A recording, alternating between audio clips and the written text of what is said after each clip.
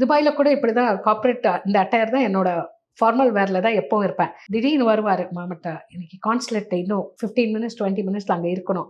Half an ஹவரில் வருவேன். கீழே டிரைவரை நிறுத்திட்டு 3 மினிட்ஸ் நானே கூட ட்ரைவ் பண்ணுவேன். 3 மினிட்ஸ் தான் எடுப்பேன் என்னோட இந்த அட்டையர் சேஞ்ச் பண்ணுறதுக்கு. எனக்கு சம்டைம்ஸ் ஐ வண்டர் எப்படி லேடிஸ் வந்து அவ்வளோ ப்ரிஷியஸ் டைம் ஆஃப் லைஃபை 2 ஹவர்ஸ் 3 ஹவர்ஸு மேக்கப்லேயும் அந்த சாரி கட்டணுன்னாவே அவ்வளோ டைம் எடுக்கிறாங்க.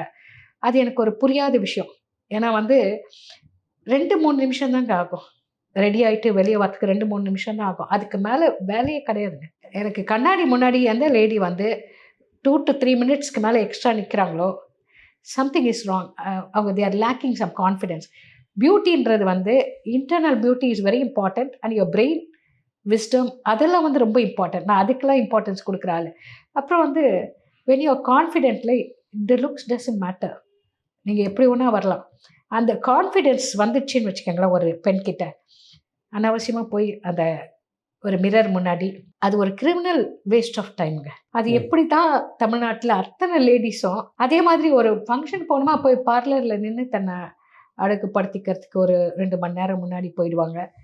I don't believe in all those things. இப்போ கூட நீங்கள் சேஞ்ச் பண்ணிட்டு வரும்போது கேமராமேனை கேட்டேன், எப்போ ஹேர் கரெக்டாக இருக்கா? ஏன்னா நான் தலையே வராமல் வந்தேன். டு பி ஆனஸ்ட் அதான் ரியாலிட்டி.